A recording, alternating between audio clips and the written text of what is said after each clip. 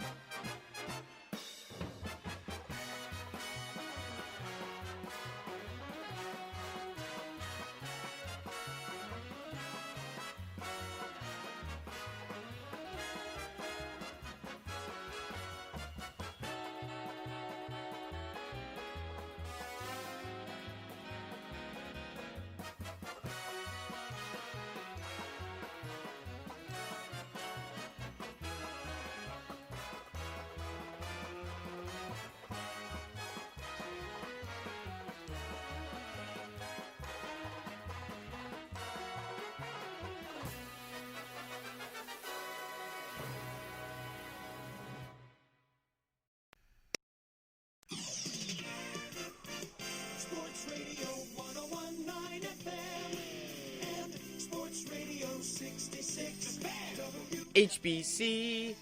Well, it is a good evening to you and how you be. William Haynes here, you there, here at 11:43 here on this Tuesday night. The William Haynes Show is live from the WHBC studio in Tallahassee, Florida. Game 1 of the 2020 World Series is in the books. It's the Los Angeles Dodgers 8, your Tampa Bay Rays 3. So the Dodgers taking an early series lead here. It was scoreless for about the first 3 innings. Bellinger gets LA on the board with a 2-run shot in the 4th. Rays respond with a solo shot from KK in the 5th. And then it was a 4-run inning in the 5th for the Dodgers that pretty much put the game out of reach. The Rays really had something going there in the 7th, but they catch a bad break on a line-out double play from Mike Zunino. So they lose game 1. It's not good. Obviously, the outlook is not positive right now. A lot of baseball left to be played. I'd pick the Rays in 6 games. Obviously, too early to back off on that. We knew this series wasn't going to be a sweep. I mean, LA is going to win some games in this series at some point. It just happens to be game 1. I see a lot of people talking about it, and I'll just float it out there if you haven't seen it. Game 1 of the ALDS this year, the Yankees won by a score of 9-3. I just want to pop that box score open because I think there really is some good comparisons to be drawn. It was 3-2 Rays after the 4th. Then the Yankees take a 4-3 lead in the 5th. And then in the 9th inning, it was John Curtis blowing it open with a 5-run 9th for the Yankees. They end up winning 9-3. And I really think, again, a lot of comparisons can be drawn. A 5-game series much different than a 7-game series. So that loss really did mean a lot more, but the Rays go back and win the next 2, lose 1, and then, of course, winning Game 5. So we'll have to see tomorrow. I don't think the Rays can come back from a 2-0 deficit, so tomorrow is going to loom very large. It's going to be, it looks like a bullpen day for the Dodgers, as Walker Buehler won't be ready to go until Game 3. It looks like Julio Urias for the Dodgers may be an opener-type candidate. He's a left-hander. He pitched the final 3 innings in Game 7 on Saturday. So he's pitching at this point on 3 days rest. So he could give them potentially another 3 innings or so. We'll just have to wait and see. I think with the way Clayton Kershaw dominated, they would be more likely to go with another left-hander. As looking at the box score for the Rays, just looking at maybe righty-lefty splits, Lau goes 0 for 4. Wendell goes 1 for 4. Kiermaier goes 3 for 2. We've got a call right now, and we're going to go ahead and pick that up. All right, we've got Sebastian calling from Canada. Sebastian, you're on the William Haynes Show. How's it going tonight? Hey, I'm good. How are you doing? Doing good, thanks. Yeah. So I was watching the game. I had a couple things that kept popping into my mind while watching it, but every time I call, I seem to forget everything. So I was wondering what you thought about it, and like what kind of like your initial thoughts were, and then maybe that'll sort of stimulate some juices for me.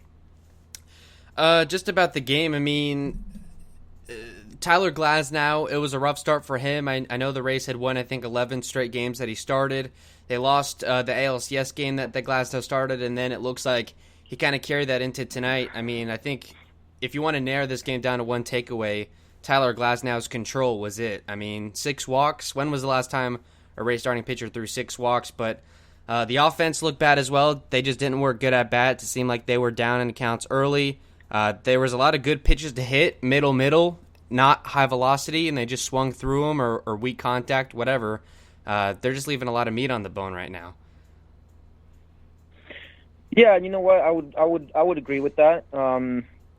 Definitely, I think the one thing, I guess, you know, and I hate to do this because I always feel so like I don't want to be critical about a specific, you know, member of the team or whatever, but I mean the walks, really, that's what it was. That's what killed us. Glasnow, I guess, yeah, he just couldn't find it, and like you know, like you said before, it's always, you know, that one inning, right? Like he was cruising up until that point, and then he kind of lost his control, couldn't bring it back, and then I don't know. Yarbrough coming in out of the bullpen, like he doesn't, like, how many times has he actually inherited runners? Do you know the stat on that? Like, I was just kind of curious watching that as well. I don't know the stat on that, but you have a good point. It's got to be really low, and for anyone listening that's not familiar as to why that would potentially be an issue, Ryan Yarbrough being a starting pitching type, although he does combine an opener, but when you have runners on base, the pitching motion is totally different. You're pitching out of the stretch instead of the windup, and we saw Charlie Morton had some struggles a lot out of the stretch, but was really effective out of the windup. Some pitchers just have trouble with it. So yeah, you're right. I think Yarbrough, they just wanted to get outs in that spot, I guess, but I think you've got a point that maybe that wasn't the greatest place to bring him in. I think. Yeah, and like, I mean, so I was just thinking, like, Yarbrough's more of a, like, I guess he gets a lot of ground balls and weak contact thing too. I think I've heard you say that before. So like, I can kind of see what I guess what Cash was trying to do there, because like what he had men on first and second at that point, or first and third, I can't remember. So I guess he was maybe, you know, banking on like a nice double play to kind of sort of get the inning back under control. But you know, it obviously didn't work out, and that's one of the things that you can sort of speculate whether it was the wrong move or not. I mean, this is kind of what Cash does, and like I'm not going to blame him for it. I think this is, you know, sometimes it works in your favor, sometimes it doesn't, and like you said, you know, today just kind of we caught some bad breaks, I guess you could say, right? Yeah, I think with Yarbrough, I certainly wouldn't pin that on anything as that was the game. You have a good point. Maybe I think you're right. It was, I want to say, runners at the corners with 1 out, so maybe you get a double play ball or something like that and get out of the inning. But I think the score was like 4-1 or something at that point with runners on base. I mean, the game was pretty much out of hand with the way the offense was looking against Kershaw. We've been saying it over and over and over again. I mean, this offense, it's not doing what it needs to be doing, and they get lucky with a timely home runners and things like that. I heard a stat from David Andy on the radio. I think during the course of the regular season, about 40% of their runs came via the home run. Now in the postseason, 70% of the runs have come via the long ball. That's over dependence on the home run. This team is not good at moving base runners. They usually get a ton. They did not tonight. They only work 1 walk, which is very rare, but the Dodgers pitching was certainly on their game, so they only get 7 base runners, but just really not able to do anything with them, and I think that's a big part of it, obviously, as well. Yeah, and I totally agree. It's definitely seemed like well, I mean, it's obviously the fact that they're relying on the home run ball in the postseason here. they just can't seem to string enough hits together. And that's everybody always says with the Yankees and stuff as well. Like hitting home runs will get you into the postseason, but it won't win it for you, right? Because like you can just as a pitcher, you can sort of work around that a little bit easier. And the one thing I've kind of thought going into the series too is like we're not going to beat their starting pitchers. Like I don't think that's going to be. And I'm pretty sure a lot of people would agree, like, that's not going to be where we're going to win this game. Like, if we're going to, we have to get to their bullpen. And we saw that, like, when they took Kershaw, with a big lead. I mean, that could have been a big inning. Mikey Brasso coming in, like, getting the clutch hit, was like the pinch hit was pretty good. And then, like, we strung a couple hits there as well. And, like, even Zunino's contact was pretty good, just a tough break that the catcher got it for the double play. I feel like he probably would have been an out anyways because Seager was right there to catch it, but it might have only been 1 out instead of 2. But the other thing I wanted to say too was just watching it. Even though we got blown out, I thought it was a pretty good game in terms of just baseball, just the way that the baseball was being played, and like even that inning where the Dodgers kind of started getting which one was it, the 4-run inning with the Mookie Betts sort of steal and double steal and then kind of like the small ball. I thought that was pretty exciting, and I thought watching Roberts and Cash sort of play that chess game there where they would take the pitcher out and then do the pinch hitter or whatever, like that. I thought that was pretty cool as well. So like, I mean, I enjoyed the game, I guess, was what all that rambling was about. No, that's a very good point. I mean, for baseball fans, of course, we look at the win-loss and things like that, but obviously watchability is a big factor in that. You're right. I think the 3 steals in that inning was tied for the most since the graphic was like the 1916, what would have been at that point the New York Giants. So, Mookie Betts doing his thing for sure. They run the double steal, like you said, and then the basically like the double pinch hit that we saw. I don't know if we saw that from the Rays. I know the Yankees did that in that ALDS, so that's kind of a rare thing to see. And I don't know if that was just Cash trying to maybe just outplay Dave Roberts there a little bit. And then to your point, yeah. So go ahead.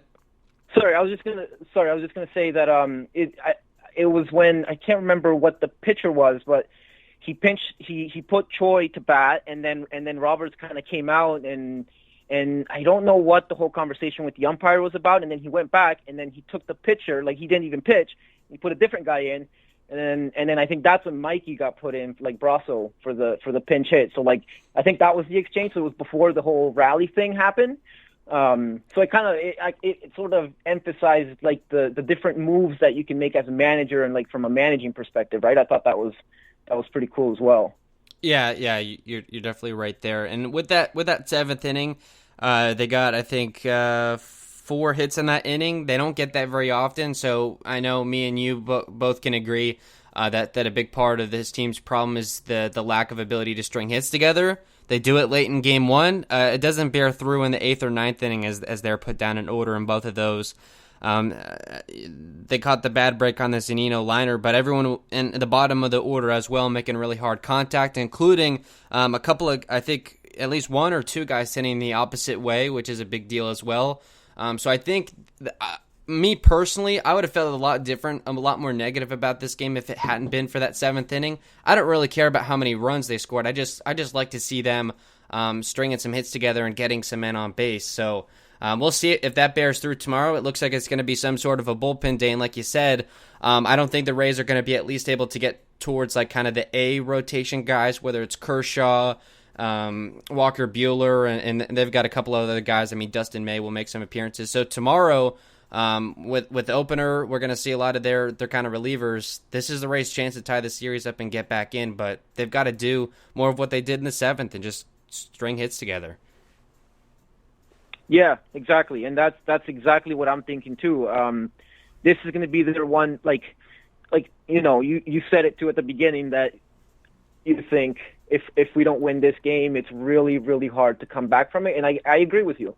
This is our chance to kind of show them that we're the second best team. We have the second best record, only behind you guys, right? So like I think it's going to be a really exciting series.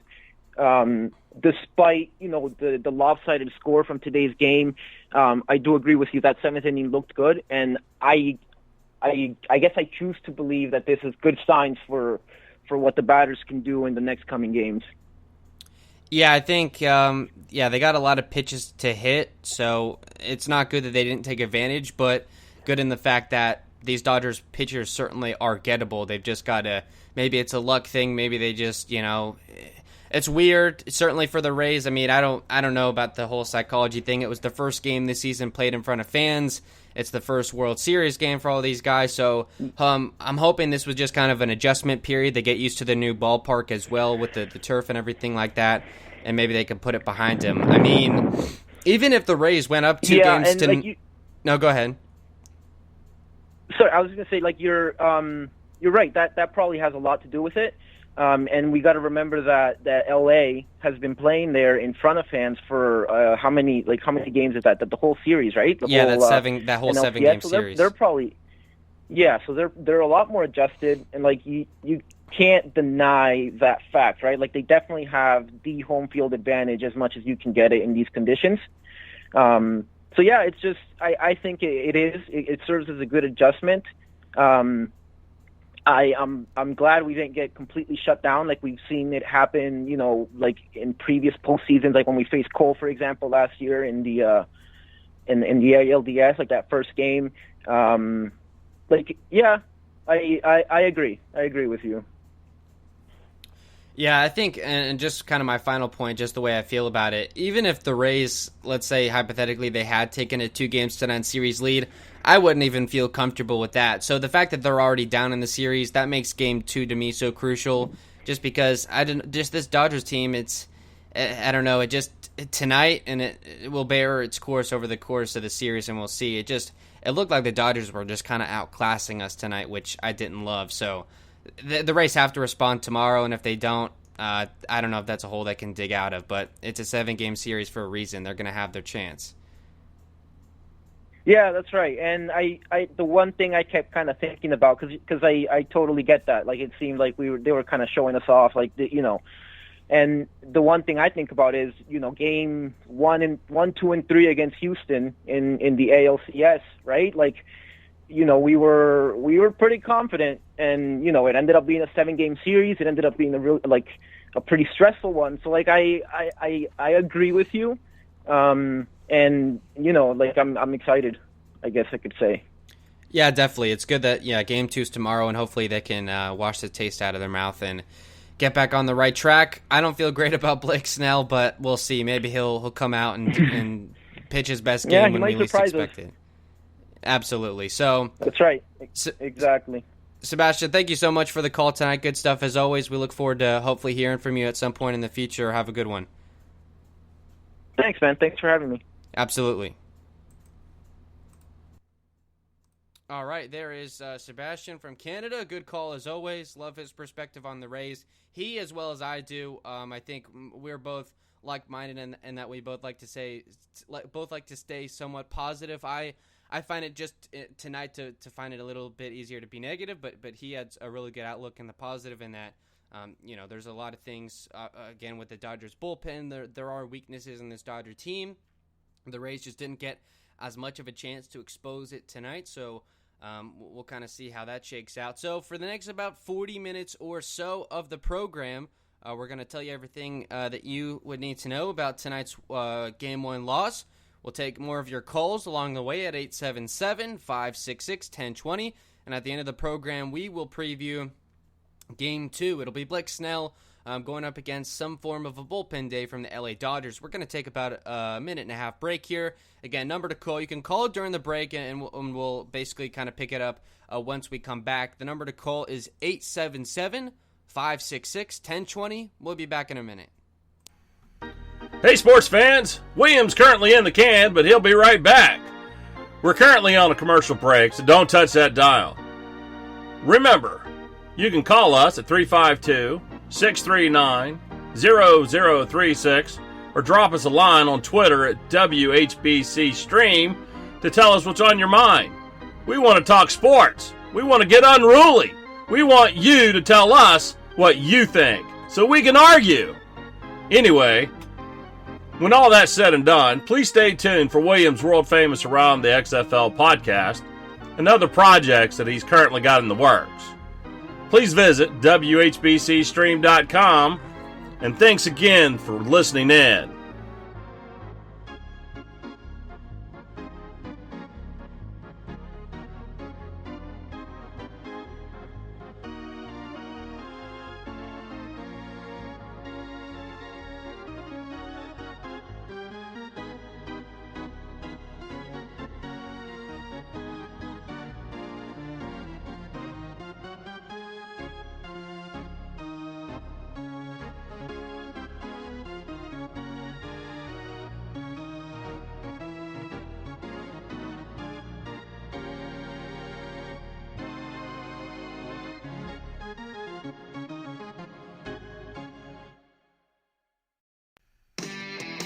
Sports Radio 101.9 FM. Sports Radio 66. Sports Radio HBC. And at 12:02, we are back on the William Haynes Show. Again, number to call if you want to call in and talk Rays, it is 877-566-1020. Without further ado, we'll be talking more about tonight's Game 1 loss, and at the end of the show, we'll preview Game 2 tomorrow. Again, Blake Snell against some sort of a bullpen day. It does not look like a starter has been announced. I'll refresh Mark Tompkins' Twitter to see if there's any kind of quotes and things from the Zoom room. I know Kevin Cash was talking. Now Kevin Kiermaier's on in the Zoom room. I got the post-game show on Fox Sports Sun playing on the monitor. So I don't know. The tab's not loading, so we'll, I guess, keep an eye on that a little bit later. So, again, tonight for the Rays, it was 3 runs on 6 hits, no errors. For the Dodgers, 8 runs on 10 hits, no errors for them. The Rays, they left 3 men. They go 2 for 5 with runners in scoring position. The Dodgers leave a total of 9 men. They go 5 for 14 with runners in scoring position. I can't remember the last time I saw a team have that many base runners in scoring position, second or third base. So, the threats were there all night. They certainly could have scored a lot more than 8 runs. It was a 4-run 5th and a 2-run 6th that pretty much got it done, and they left some base runners in each of those, and it seemed like they were getting a base runner basically every inning. The only inning, I guess, that they didn't leave a base runner was in the 7th when that would have been Josh Fleming to put him down 1, 2, 3. So, and I think that was really that was the biggest part about Tyler Glasnow's start, was that he couldn't get into a rhythm because he was putting on a base runner in every inning. It just seemed like it would be a base hit, and credit to the Dodgers for working some really good at bats. They were determined to make Tyler Glasnow work and to make him throw strikes. Glasnow didn't do enough of that, so you get what you get. You kind of get burned a little bit there. Does Glasnow? I did not even realize this. I guess they must have had the pitch count up on Fox. I didn't see it. Tyler Glasnow threw 112 pitches and 4 1/3. I mean, that is bizarre. I'm surprised they even let him go that long. I find that just hard to believe that even happened, but it did. 4 1/3, 6 runs on 3 hits, 6 walks, which that tells the story, everything you need to know. Base runners left and right for the Dodgers, and 8 strikeouts, 1 home run allowed. Again, 112 pitches, 58 strikes. So not exactly, but about only half of his pitches found the zone. He faced 23 men, threw a first pitch strike to 13 of them. And here's a stat that's going to knock your socks off. He faced 23 men, and I believe, I don't know, I want to say it was like 10 or 13 of those were 3-ball counts. I mean, hello, what is happening? This is what gets me all riled up about Blake Snell, and I don't think this was really the case for Glasnow tonight, but it's just the refusal, I guess, to acknowledge the strike zone. I don't get it. It's unfathomable to me. I don't know. I don't know what the game plan was. Maybe Glasnow came in and said, if I give them a fastball that gets too much of the plate, he's going to kill it. And maybe that's the case, but I don't get it. You'd think maybe you make an adjustment, but no. I don't know how you can walk 6 guys in a start and think that you're doing the right thing. And this isn't anything about. I know there's a lot of people are on the socials and things like that are just, I guess, denouncing Tyler Glasnow as a good starting pitcher. I mean, let's not get ahead of ourselves here. It was a bad night, and he's had a relatively good postseason. I mentioned this ad earlier. They had won 11 straight games that he started, and now they've lost the last 2. So that you don't necessarily love to see, but that's the nature of reality here from tonight's game. They got 2 outs from Yarbrough in that 5th inning where Glasnow, I believe, had put runners on the corners. That my scorecard is all filled up, so I can't even tell because they were moving base runners like crazy in that inning. All 9 men came to the plate, and they scored a total of 4 runs. But Yarbrough got the final 2 outs, gave up 2 unearned runs.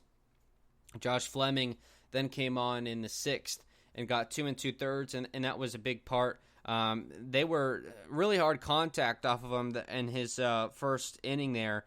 Betts took him out for a home run on the first pitch, then back-to-back doubles from Turner and Muncy, so he was able to get some more outs, and that was allowed the Rays, I guess, to save some of their pitching. And so 2 2/3, 2 runs on 5 hits, 1 walk, 2 strikeouts. And then Curtis just got the final out. It was just a 3-pitch strikeout of Will Smith. So they didn't really have to use him too much. Obviously, he'll be available tomorrow. The only guys that would not be available, Yarbrough, is they're going to save him, it looks like, to start for Game 4. So I'd heard this brought up with Glasnow after his little, I think he pitched 2 2/3 in Game 5 against the Yankees, that as far as a pitcher starting every 5th day, if it's a short outing like that, if it's under a certain amount of pitches, you can kind of count it as a bullpen session, because just because starting pitchers go 4 days rest without making a start, it's not like they're just sitting on the couch and not throwing. They throw basically like game intensity bullpen. So Yarbrough throws 19 pitches. You can count that as basically a bullpen if I would assume that he didn't throw one today, and you can count that along with his progression. And I think he'll at that point be on like 3 days rest anyway. I just want to see. Got the off day, so the game tomorrow, off day Thursday, Friday, and then he would be on 3 days rest anyway. So, and it looks like we don't know the starter for the Dodgers in that one just yet. The only one that we know of is Walker Buehler going in Game 3. That's going to be tough sledding, and I believe ESPN doesn't have it, but I think it was announced last night that Charlie Morton will be going in Game 3, which, he'll be on plenty of rest. He'll honestly be on, looks like 5 or 6 days rest, so that'll be just fine for him. For the Dodgers, from a pitching perspective, they didn't use a lot of their A guys. I mean, I'm not really well versed in who their A guys are. I had picked out kind of Pedro Baez as a guy who had pitched a lot of late innings against the Braves, but he may not be. It was Dylan Florio that got messed around a little bit. Victor Gonzalez was the guy that caught the line out from Zunino in the 7th and caught a little bit of a bad break there, and then Pedro Bryce, the scoreless inning, and then Joe Kelly, a scoreless 9th. So, and I know Joe Kelly was a guy that got into some trouble against the Braves, and the fact that I guess he cruised on to such an easy inning was kind of a concerning thing. So I'm not at a loss for words. It's kind of just hard to kind of wrap your head around what's going on right now. That this is a team that the offense has been struggling pretty much all season. We remember in July and early August when this team was really struggling offensively, and then they go on that 10-game road trip and really start to light it up. But then they go on some cold stretches, throughout the course of the regular season. And not going to say stumble into the postseason, because they really won a lot of games. And, they go 40-20, get the number 1 seed in the American League. But I would never say the offense at any point in the season was really quite stellar, with all the guys in the lineup doing their job and against perhaps good pitching. I mean, they played some not so good teams over the stretch where they were having a lot of success. So they get into the postseason against the Yankees. They don't do a great job of scoring a lot of runs. They put up the 7 runs in game 2, but after that, in 8 runs in game 3.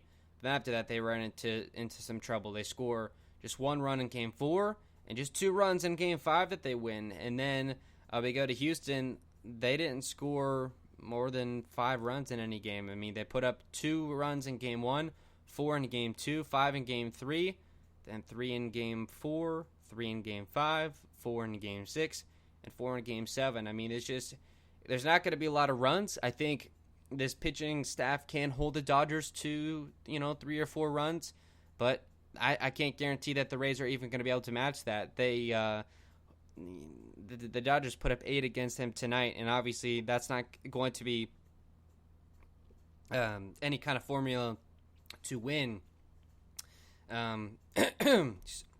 Excuse me, but it's really going to come down to, can the pitching be, I guess, superhuman as it has been in this series in moments when the Rays need it most, and then can the Rays kind of luck into those like really timely hits, the Mike Brasso solo home run in Game 5, and some of those other moments that we've seen, because this is a team that's really bad batting with runners in scoring position. They're really just bad batting with men on base, period. So that obviously can't continue. And I mean, that's really it. And as I think, as I mentioned earlier in the show, I mean, they're just swinging at and missing pitches that are very hittable. A lot of pitches that are middle. There were some sliders from Kershaw that were left hanging. A lot of fastballs that he only throws at 91 or 92 that caught a lot of the plate. And usually it's Brandon Lau, Austin Meadows, those kind of culprits that they swing right through them. And I mean, obviously none of us, me talking into the microphone or you guys listening to this show, we would swing through a 91 middle. But these guys, I mean, they're big leaguers. They get paid to do this, and it's just, I don't know what's going on. Austin Meadows specifically, we had considered he might be in the lineup. He wasn't, but he got 2 at-bats as a pinch hitter and went 0 for 2 with a strikeout. So, and he swung through a lot of pitches. Brandon Lau as well, 0 for 4. I talked about this on yesterday's show when we previewed this series. There's no need for Brandon Lau to bat continually every day at the top of the order. You want to keep him in the lineup? Fine. I can't argue that. And my reasoning is Mike Brasso hasn't gotten a hit after that home run in Game 5. I mean, he had a hitless ALCS, and he did go 1 for 1 in a pinch hit appearance tonight, so I guess slash that. He basically broke that streak, but and maybe, I don't know if that's enough to change Cash's mind on that or not. The fact that he keeps batting Lau second would make you think that no, his mind hasn't changed and he's going to continue to bat Lau up there. But you can't keep doing this. And Meadows, when he bats cleanup or whatever, you can't have a 2 and 4 hitter or whatever combined to go 0 for 8. I mean, it's just, there's a reason why your best players bat at the top of the order, because that's when you're supposed to be putting up offense.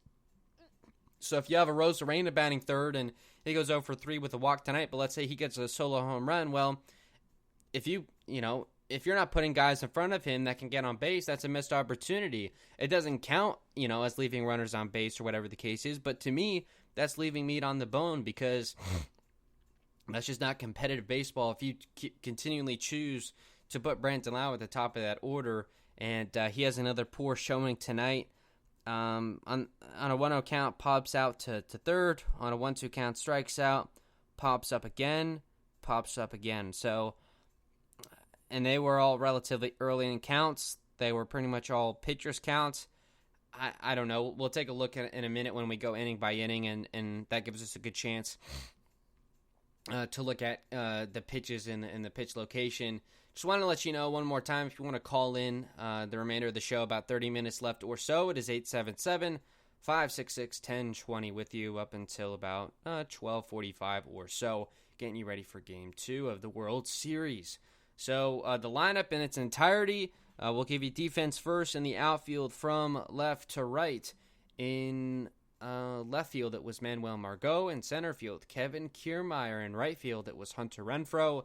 And in the infield from third to first, it was Joey Wendell starting at third, Adames at shortstop, Brantilao at second, Yandy Diaz played first,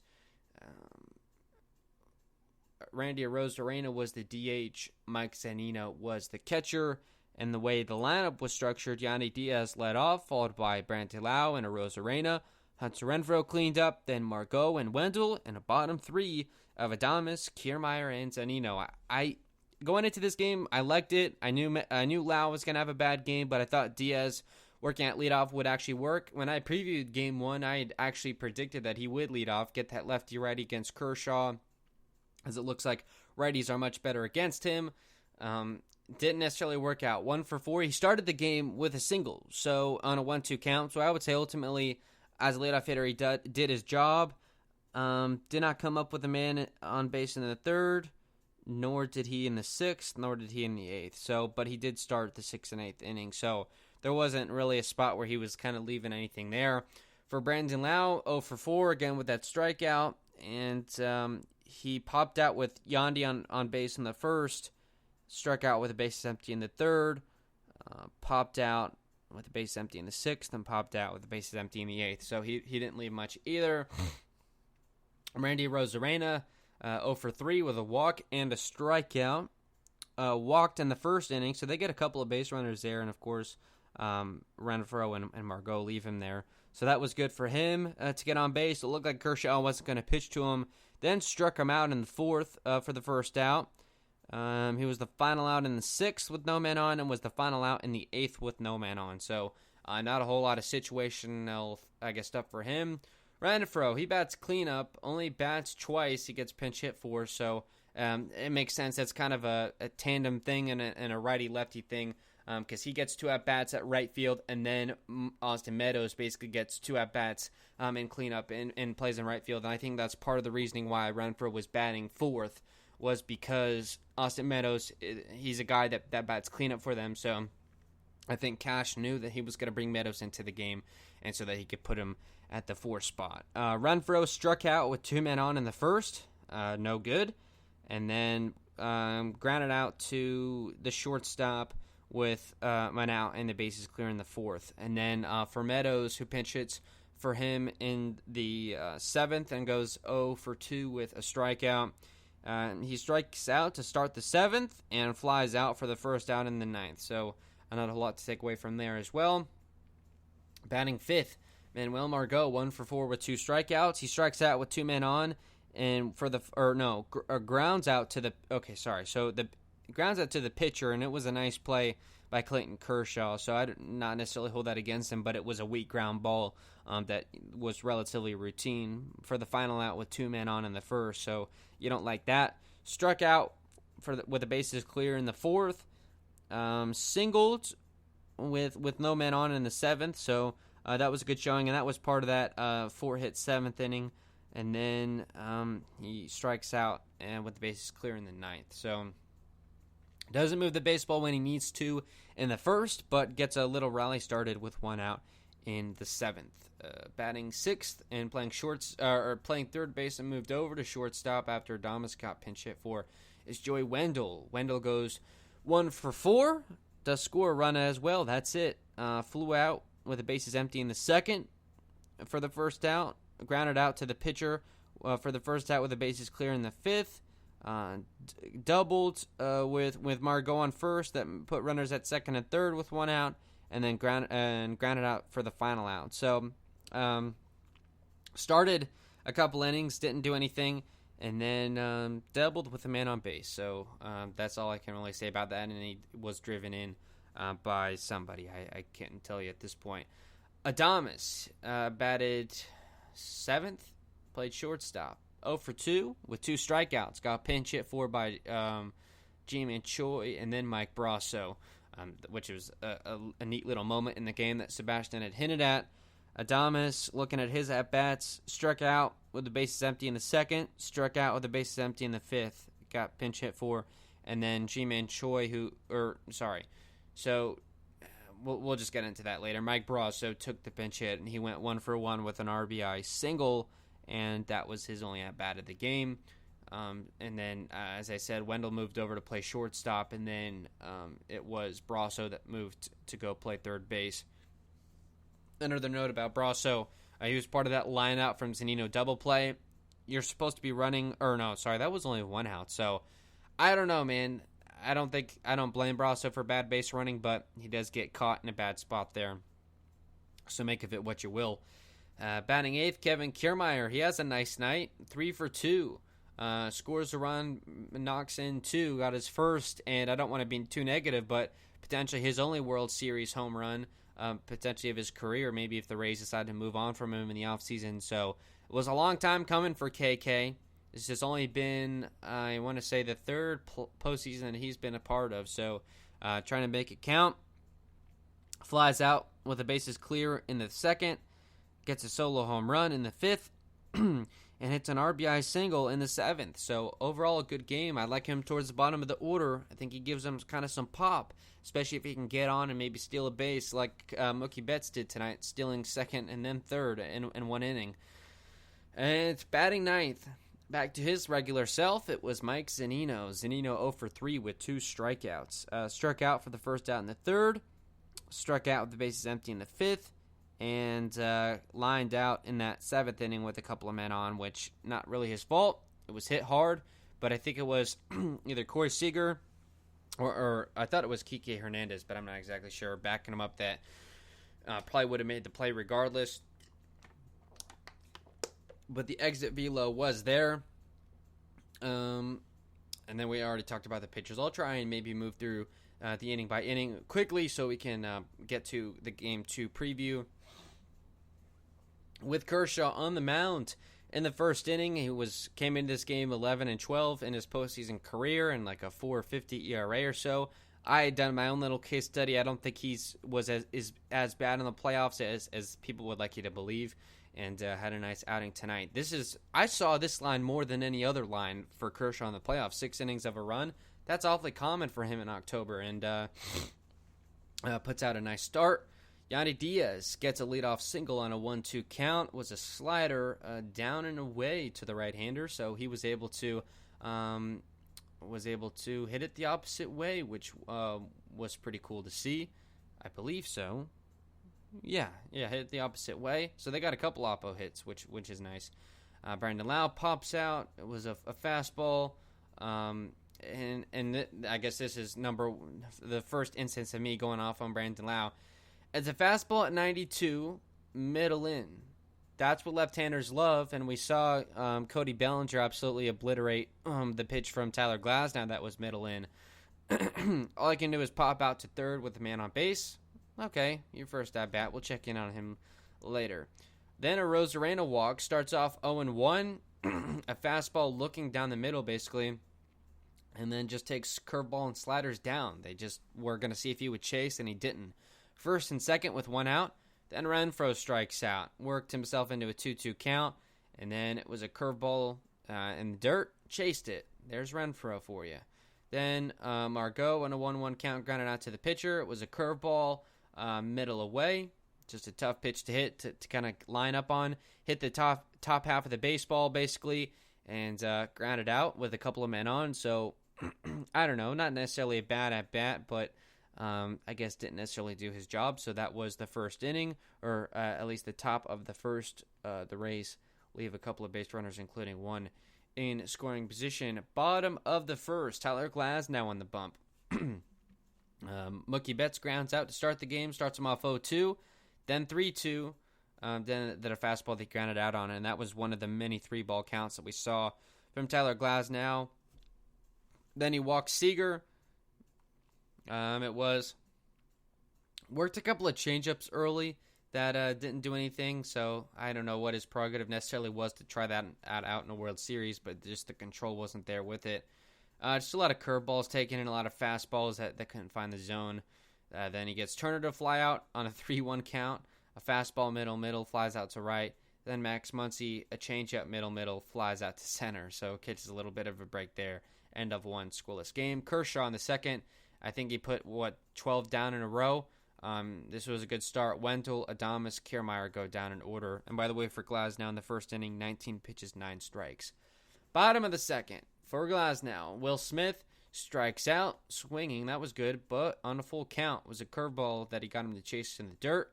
Then Bellinger grounds out to first on a 2-0 count. A couple fastballs that didn't find the zone, one that did, and Bellinger grounds out.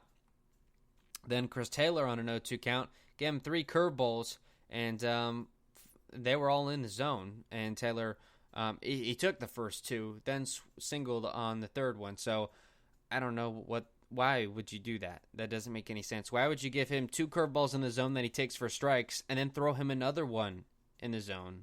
I don't get that, but okay. Singles off that one, and then gets Jock Peterson to strike out swinging. Got him to chase a couple curveballs, so including one that was well in the dirt. So there you go at the end of 2 scoreless game. Top of the third, Kershaw puts him down in order. Zunino, Yandy Diaz, Brandon Lau. Let's take a look at Brandon Lau. Swings and misses at a fastball well low and away. Swings and misses at a slider middle away. Takes a slider low and away. Then swing and miss at a slider low and away. All right. Good job, Brandon Lau. Bottom of the third. Glasnow on the bump. Gets Barnes and Betts to strike out to start the inning. That was good. Some lengthy at-bats, though. Then he walks Corey Seager. It was a couple of 3 changeups in the at-bat. I don't understand. I don't understand that. I have a problem with that. I heard Dave Wills mention on the broadcast that he was trying to work it in. And I know Glasnow had mentioned something where he wants to work on that in spring training. Work on it in spring training next February. Don't try and work out a changeup in Game 1 of the World Series. I don't get that. I don't. And this is the thing for me with Glasnow. It has nothing to do with his ability. He's a good pitcher. He's got 2 pitches, which isn't necessarily great, but he makes it work. Work with what you have. The game plan was lacking tonight. He just. I don't know. It's almost like he dared Dodgers hitters to take pitches, and they did. They took a lot of pitches. He walks Corey Seager with 2 outs and then gets Turner to strike out. So there you go. With the little rant there. Top of the fourth, Kershaw puts him down in order. Rosarena, Renfroe, Margot. Also, Rosarena and Margot strike out in that inning. Puts him down in order once more. Bottom of the fourth, Dodgers get on the board. Max Muncy, leadoff walk, takes a fastball looking, then takes a curveball in the dirt, takes a fastball high, takes a fastball inside, takes a fastball that looked to be in the zone, but it was too high, walks. Then Will Smith grounds out on a 3-1 count, a lot of fastballs that didn't find the zone, and he grounds out but moves Muncy to second. Cody Bellinger, first pitch, fastball middle in. Let's see, fastball middle into a lefty. What did Brandon Lau do? Popped out. What did Cody Bellinger do? 378 feet to right center. 2-0 Dodgers. Then Glasnow walks Chris Taylor. A lot of fastballs that didn't find the zone. Another changeup taken. There you go. Taylor gets a second on a wild pitch. Gets Jock Peterson to strike out. And gets Austin Barnes to strike out. At the end of 4, 2-0 LA. Top of the fifth, Rays finally get to Kershaw. Wendell grounds out. Adames strikes out. Really bad at bat. Takes a fastball down the middle. Takes a curveball in the zone. Swings and misses out at a slider, low and in. So there you go with that. Kevin Kiermaier on a 1-0 count. Slider, middle. 382 feet to right. Cuts the Dodgers lead in half. It's 2-1. Good for KK. First career World Series home run. Mike Zunino starts off 2-0. Strikes out. If you want to know the Mike Zunino experience, he strikes out in a count where he gets 5 sliders. Love that. Love it. Bottom of the fifth. Glasnow starts the inning. Walks Mookie Betts. Takes a curveball for strike 1. Then another changeup. There's that changeup again. A curveball way out of the zone. A fastball well low and a fastball well high. Betts walks. Betts steals second. Corey Seager walks. Curveball low. Changeup low and away. I'm going to punch my screen if I see another changeup. Curveball down in the dirt. Curveball down in the dirt. all taken. Seager works his walk. First and second, no outs. We know about the leadoff walk. How about a double barrel leadoff walk, or leadoff walks, I should say. It was Chris Taylor strikes out. They do run a double steal, however, so they get Betts to third. Corey Seager to second with 1 out in a 2-1 game. Max Muncy grounds into a fielder's choice, so he ends up getting on base. It was a throw to home plate, and the throw was not in time, so Betts scores. I would have just personally gone to first, but I understand you want to get the lead runner. That's fine. 3-1. Runners at the corners, still with only 1 out. Will Smith. Full count. Fastball middle. Singles to center. Seager scores 4-1 Dodgers.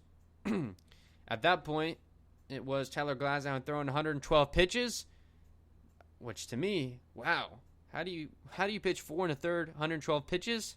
6 walks. That's how. And pretty much half of your at bats are 3-ball counts. That's how you get to 112 pitches in 4 1/3. Glasnow comes out. Yarbrough comes in. Gets Bellinger to pop out in a 10-pitch at-bat. Impressive for Yarbrough.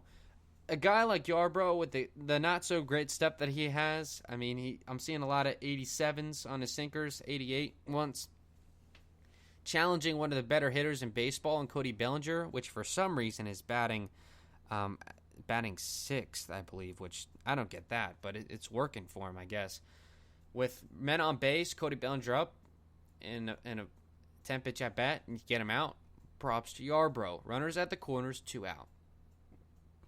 Chris Taylor singles to left center in the first pitch. Scores a run. 5-1 LA. Pinch hit for, they got Kike Hernandez for Jug Peterson on a 2-0 count. Another cutter. Single. Scores Smith. 6-1 Dodgers, then gets Barnes to fly out. So at the end of 5, it was 6-1 LA. Game out of reach. Thanks Glasnow for the 2 walks. Yarbrough couldn't quite put out the fire. Top of the 6th, Kershaw. How does he respond after being on the bench for 30 minutes? Gets the 1-2-3 hitters in order. Diaz grounds out on a 2-2 count. Slider middle. Couldn't do anything with it. Another pull ground out. Well, that's Yandy Diaz. Brandon Lau on a 1-1 count, gets a slider middle. What do you think he does? Flies out to first, or pop out, if you will. And then a Rosarena grounds out to second on a fastball middle. That's the game. They had pitches to hit. There you go.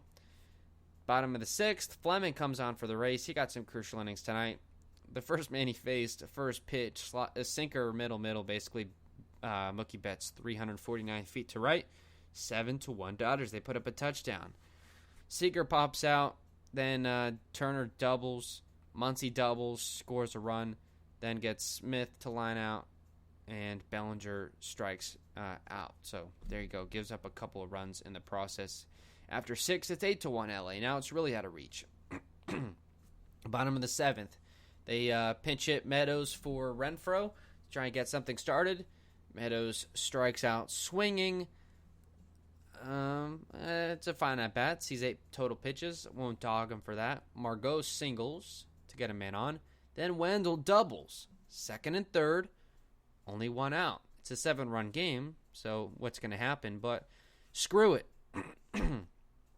It was, we'll break this down now. The righty Dylan Floro on at that time, or no. Yeah, it was. Yeah, because Kershaw only pitched 6 innings. So Floro was on. They pinch hit Choi for Adames to get the lefty-righty. And then I guess Dave Roberts says, screw you. I'm going to put in the lefty Victor Gonzalez. And then Kevin Cash says, screw me. No, screw you. Mike Brasso pinch hits for Choi to keep the righty-lefty advantage. Brasso singles to right. It was an opposite field hit after a 3-0 count. Worked it full. And it was a slider middle away. And that's what you're supposed to do, is hit those pitches the opposite way. Scores a run, 8-2. Then Kevin Kiermaier comes up to the plate. He had already hit a home run. RBI single again, 8-3, with runners at first and second, and only one out. So you've got a chance to really maybe do something here. Mike Zunino lines into a double play. It was weird. Right into the glove of the pitcher, Gonzalez, but it looked like whoever it was, whether it was Seager or Hernandez backing up the play, probably would have gone into his glove, but you never know. But ultimately, I'll give props to Big Z for putting a good charge on that baseball with man on base. It was a full count, a sinker, a 95, kind of middle away. That's Zunino's pitch. He had already chased one of those, so makes good contact with it. There you go. That's his weakness, by the way, the fastball up and away. That's his big chase pitch. And pretty much everyone on this team will chase sliders down and away as well. But then again, that's why this slider's a pitch, because it gets guys out. Bottom of the seventh, some defensive subs. Meadows comes in to replace Renfroe on right. He bats cleanup. Wendell comes in to play shortstop. They don't often pitch hit for Adames, but they do here tonight. I think it was a righty-lefty thing, and I think Cash knew what he was doing. He wanted to get Flora out of the game and make Roberts use Gonzalez. And then Brasso plays third base. Fleming gets a 1-2-3. Taylor, Hernandez, Barnes. Bottom of the eighth, Pedro Baez comes on the mound. Once again, the Rays, this happened quite a few times, get the 1-2-3 hitters up in the inning. I think this is the third time that it's happened. And once again, they go down 1-2-3. Diaz pops out. It was a changeup, middle. Good to see him get it into the air, I guess, but he hasn't had an extra base hit since mid-August. It was that solo home run and that short porch and right, and that's the only ballpark that would have been a home run in. So that would have been a flyout in any other park. So really, I mean, I don't know if there may not be a chance. He may not have a legitimate extra base hit all year. So that's Yandy Diaz. That's his season, and we're gonna lead him off in the World Series. I don't know. I'm getting negative right now, and it's frustrating. We'll hopefully come back for a nice game 2. But Brandon Lau starts off 0-2, takes a changeup, up and away, takes a fastball high, both for strikes, fouls off a changeup middle, then takes a changeup middle away, 1-2, then on a changeup down and away, pops up on it. So how do you pop up on a pitch low in the zone? He really got under that thing. And a Rosarena flew out to center. It was a changeup middle. This is what I'm talking about. It doesn't really show up in any kind of statistic in the box score, but when you get pitches middle, I need more than just recording an out. I mean, or don't swing through them. Those need to be hits, and not just hits, but maybe extra base hits, because the Dodgers showed you just what should be done to weak pitches middle. They should be crushed. Instead, the Rays record outs on them. You can't help that. If that's what's going to happen in this series, if they can't turn that around, they're going to lose this series, just because it's hard enough facing pitchers good pitches. You have to make them pay for their mistakes, and the Rays just did not do that tonight. And for the most part, outside of a couple clutch home runs, haven't been doing it all postseason. Bottom of the eighth, Josh Fleming on, Betts single, Seager grounds into a double play. There you go. Turner walk, Muncy single, take him out with 2 outs. Curtis gets Smith strike it and out in 3 pitches. There you go. Gets out of that. Keeps it 8-3. Top of the ninth, Joe Kelly comes on. We know about Joe Kelly. Meadows flies out to center. A fastball middle. There you go. Margot on a full count strikes out looking. It was a sinker, kind of a little bit up and away. Joey Wendell grounds out to shortstop. To end the game, Dodgers take game 1 by a score of 8-3. Let's just let's put this thing to bed. Glasnow gets the loss, 4 1/3 of 6 runs. Kershaw the win, 6 innings pitched of 1 run.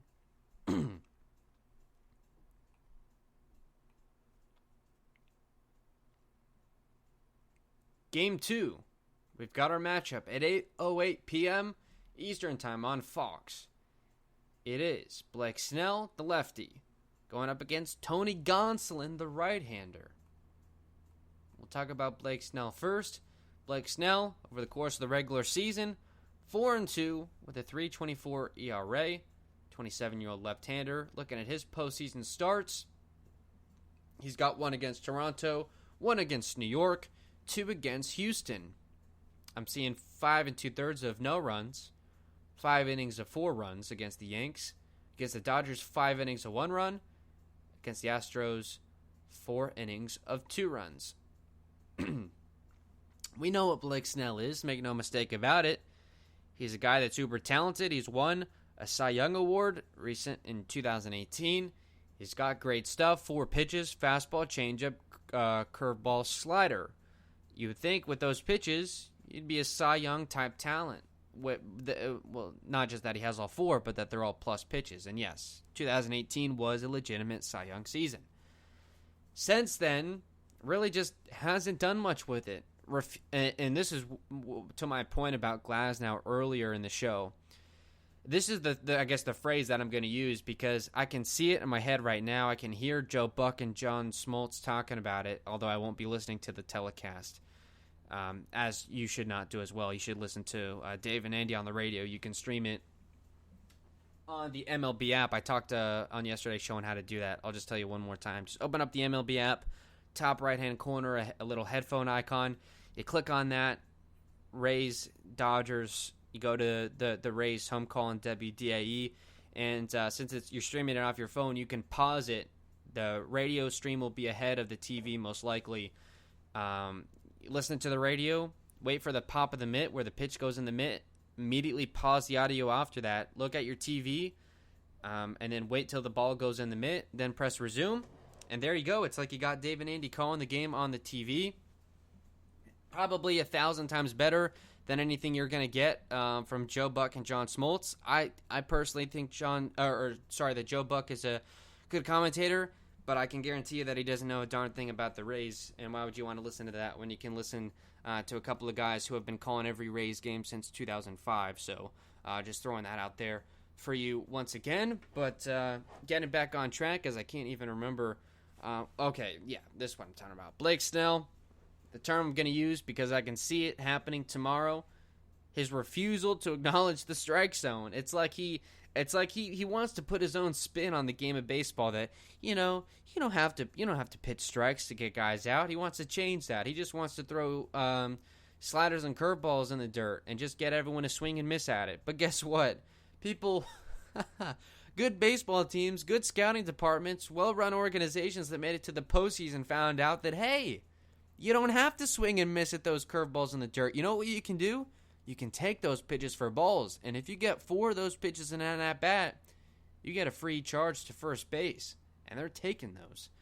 4 walks in 1 start, 2 walks, 2 walks, 2 walks. So not necessarily showing. It's not necessarily Tyler Glasnow walking 6, but still too many. Clayton Kershaw walked only 1 tonight.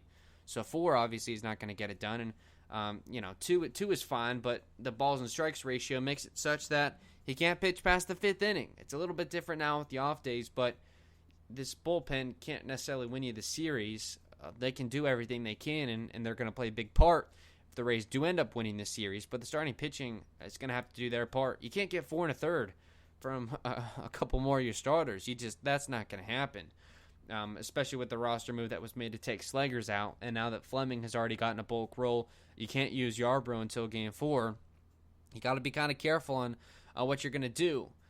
But the other side of that coin, Blake Snell, a Cy Young talent. When he's on, he's on. I mean, he's a guy that could strike out 15 batters, but he just won't because he doesn't throw enough strikes. But he could if he wanted to.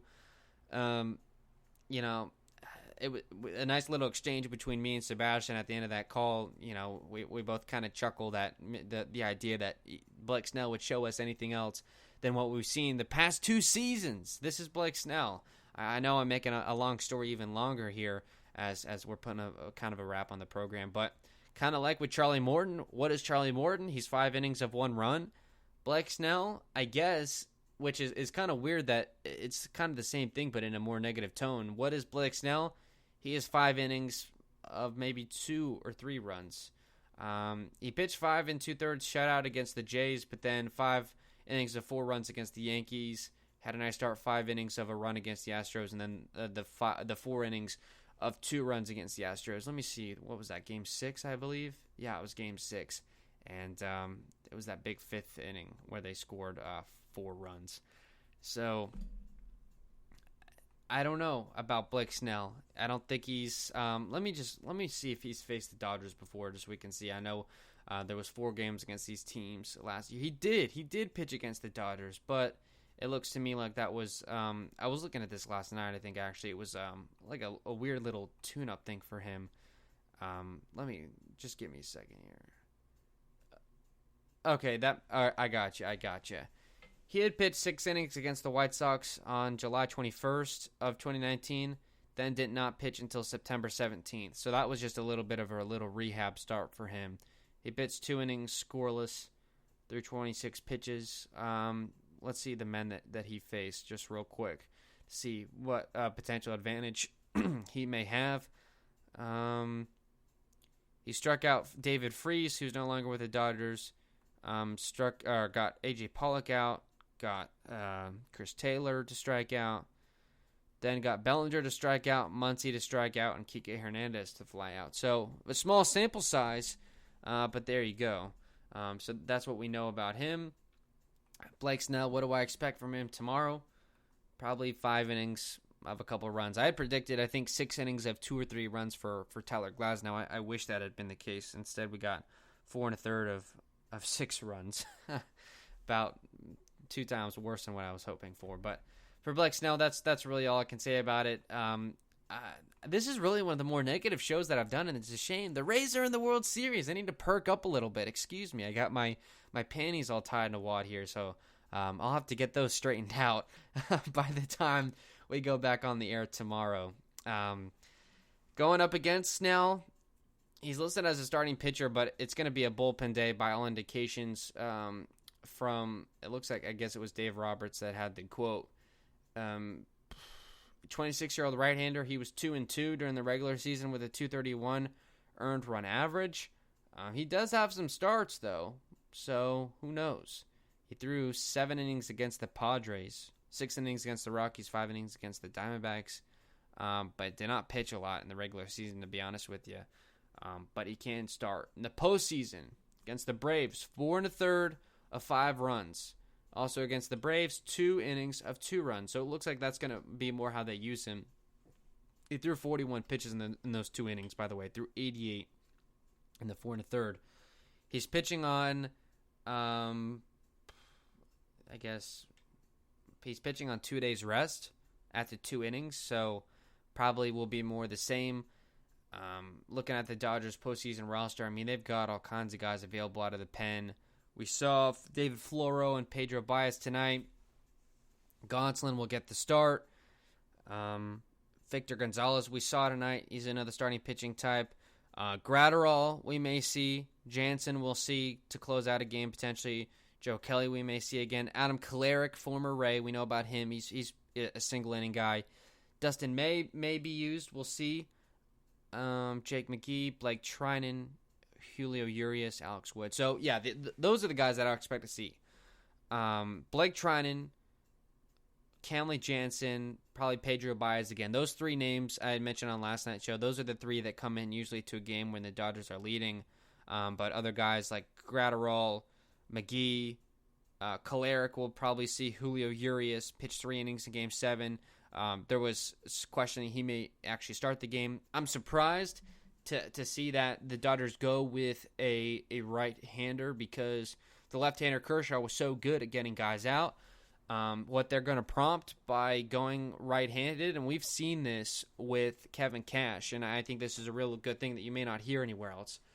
Kevin Cash doesn't give a rat's ass if it's an opener or not. If his team needs a jolt, he will go very aggressive with the righty on lefty advantage. And the best example I can give you is what it was that night that the Boston Red Sox went with the righty.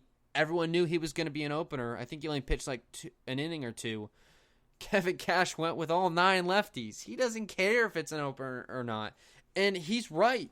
Not only do the Rays have the ability with the bench to be able to basically swap their entire lineup, go righty to lefty, if the Dodgers make a change. But getting a lead early is how this team is built. If they can get runs early against, who is it going to be? I already forgot his name. Tony Gonsolin. Then they can ride Nick Anderson, Diego Castillo, Peter Fairbanks, those guys. Also, a point to note, the roster came out today. I was not expecting these moves. Jose Alvarado, Aaron Slegers come out, and it was Ryan Sheriff and Brett Phillips to come in. And I understand these moves. It makes sense. Jose Alvarado threw an absolute dud, and I think in Game 6, his first appearance, I think it was like Game 4, Game 5, and he looked good. We thought maybe he would be back. Then he was the Jose Alvarado we've known the last couple seasons. Just couldn't find the zone, was throwing it at the backstop. And Kevin Cash, you could tell his face looking in from the dugout. If the Rays were to advance, he was not going to be on the World Series roster. Okay, take him out. With the World Series having off days, you don't need, at this point, like 3 bulk guys. So you take Aaron Slegers out and allows you to bring in a one-inning lefty, basically, to replace Alvarado and Ryan Sheriff, which I'm surprised wasn't on the ALDS or the ALCS roster because he's been pitching pretty good. I've seen a lot of stuff, if they're going to be in Texas, you need the Sheriff, all those good stuff. So we'll see him as a guy that can get some left-handers out. And this is a lineup where you can legitimately play righty-lefty games because the Dodgers, and I saw Seth in LA, I'll give him the shout out. He regular listener to the show and on the Rays Discord, and he again, if I hadn't already said, a big Dodger fan as well as a Rays fan. He had made a good point about Snell that the Dodgers, no matter what they do, they have to play righties and lefties. They can't just go all righties or all lefties like the Rays can. And that's credit to how the Rays roster was purposely constructed, because make no mistake that was done on purpose to get those righty-lefty advantages. That's part of, I guess, this movement, or this is maybe the new breakthrough in stats, which is funny. It's not new. Righty-lefty has been a thing forever, but the Rays found something they could take advantage of.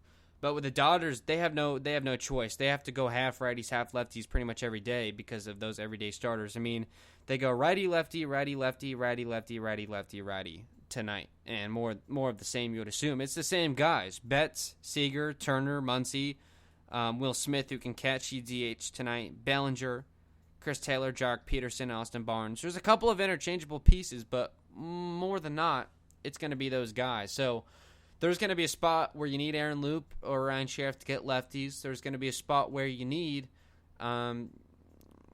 Castillo or Curtis or Thompson to get righties. I think Thompson is extremely underlooked. I guess there was, let me just, so I can make sure where he came out, a lefty and a righty, 2 lefties. Okay, I get that. Sebastian had made a good comment about Ryan Yarbrough coming in with men on base, and it made sense in the perspective that he can get the ground ball to get the double play. That's what he does. He generates weak contact. Ryan Thompson, I think it's 0 for 10 or 0 for 11 in the regular season with inherited base runners coming across the score. Ryan Thompson has been unbelievable with men on base. I would have liked to see him come into that spot, but it was to face the lefty Bellinger and the lefty Peterson. So I understand you go with the lefty to face 2 lefties and a righty and not Thompson. I understand that. But Thompson is a guy, watch out. Men on base, you need to get out of a jam, and he can't use Nick Anderson. Expect some Ryan Thompson. I think he could be in a pretty big spot. And then for Brett Phillips, makes sense. You don't need an extra pitcher because of the off days, so you get Brett Phillips, a guy who can just pinch hit and is also a defensive replacement. So that works. I mean, if it's a catcher or, Yandy Diaz or whatever walks to get to first base, pinch run with Brett Phillips, and then you can move everything around and move forward with that. We saw a little bit of that. The maneuverability, Joey Wendell's ability to play shortstop helps a lot. He can play across the infield and in the outfield as well. Brandon Lowndes played the corners, that kind of stuff. So what I would fully expect, Rays can't go down 2 games to none in the World Series. We've acknowledged that. We've called that out. We can all agree.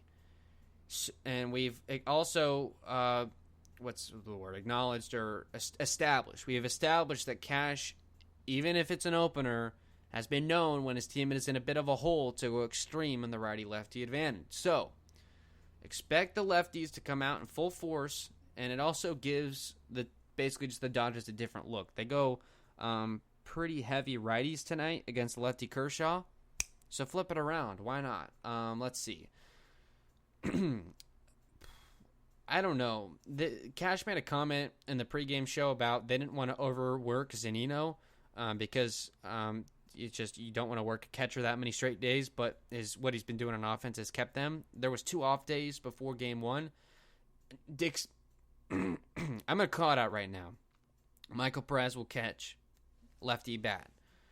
Across the infield, Wendell at third, Adames at short, Brandon Lau will play second, G-Man Choi will play first. Just a note about him, he already made an official appearance. He pinch hit, but then got pinch hit basically again, so he didn't actually have an at-bat or didn't actually come on the field, but he's in the box score. Credit to Andy Fried on the broadcast on WDAE. First position player from South Korea to make a World Series appearance. Props to G-Man Choi. I'm sure all the local sports network in South Korea probably is carrying the game, because I know in Japan they do that if a Japanese-born player plays in a big game. So credit to G-Man Choi, to all the work that he's done to make himself a critical part of the Rays. Just want to take a minute and talk about G-Man Choi, because I was going to say he doesn't get enough credit, but he certainly does get all the credit that he deserves, because Rays fans love him, and rightfully so. He's a great guy. Keeps the feeling light around the clubhouse. Everyone loves him, fans, players, coaches, everyone in the organization. He's great. Super. It's an honor for him, definitely, to be able to be, again, that first position player from South Korea to appear in a World Series game. So expect him at first base tomorrow.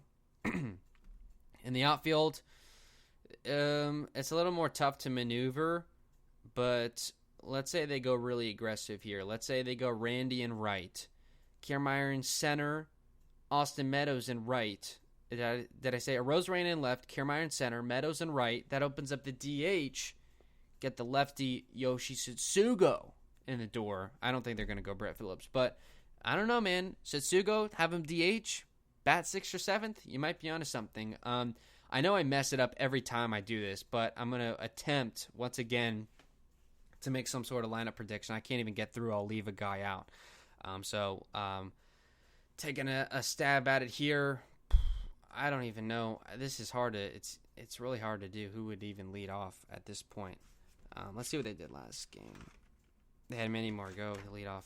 Damn, I'm already going to kind of mess it up. I would have G-Man Choi lead off, but I would suspect they're probably going to have him clean up. But the way I would do it, I would have G-Man Choi bat first. I know they're going to have Brandon Lau bat second, Arozarena third. To clean up, I'll put Austin Meadows in right field. Batting 5th, I'll go with Yoshi Satsugo to DH. Batting 6th, I'll go Willie Adames. Batting 7th, I'll go Joy Wendell. Batting 8th, Kevin Kiermaier. Catching and batting 9th, Michael Perez. So there, I did it. I don't know if that's exactly the order, but there you go. We did it. Pitching, pretty much everyone is available, to be honest with you. It looks like there's a roster. Yarbrough's not available. Fleming's not available. Curtis would be. So pretty much everyone. I mean, in the lead, we know Anderson, Castillo, Fairbanks. They need the innings. Loop, McClanahan from the left side, Sheriff from the left hand side. Ryan Thompson could take an inning or so. He's proved he can get multiple ups, appear in multiple innings. They're going to need some outs. Blake Snell, expect 5 innings. 5 innings of 2 runs will be my prediction for Snell tomorrow. And hopefully they'll be able to get against that right-hander Gonsolin, because I know he's been relatively gettable. I know as long as I didn't lose it, I think I might have. His appearances in the postseason so far, he's only got 2. 4 1/3 of 5 runs, 2 innings of 2 runs. He's got a postseason ERA in 6 1/3 innings pitched of 9.95. So he's gettable. Braves got to take game 2 or they're in trouble. I don't see how they come back from a 2-game down deficit. I would love for the Rays to ball out tomorrow. We can come on the show in about 23 hours or so from now and applaud the Rays and the moves that they made and guys for coming through. Would love to applaud a nice start from Blake Snell. We'll see. We'll just have to see. Wanted to thank everyone who tuned into the show tonight. It was a weird show, certainly for me. I haven't really done a show like this where it's been like all negative, but it's the World Series. It's do or die, man. We gotta bring the chip home to Tampa Bay. We gotta get the City of Champions going. The Bucks have been doing their part. You know, the Lightning did their part.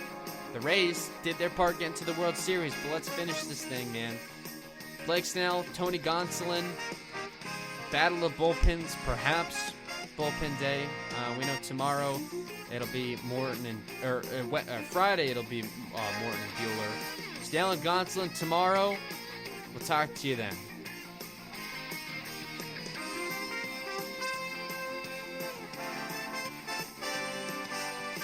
Sports Radio 101.9 FM and Sports Radio 66. The Fan. HBC.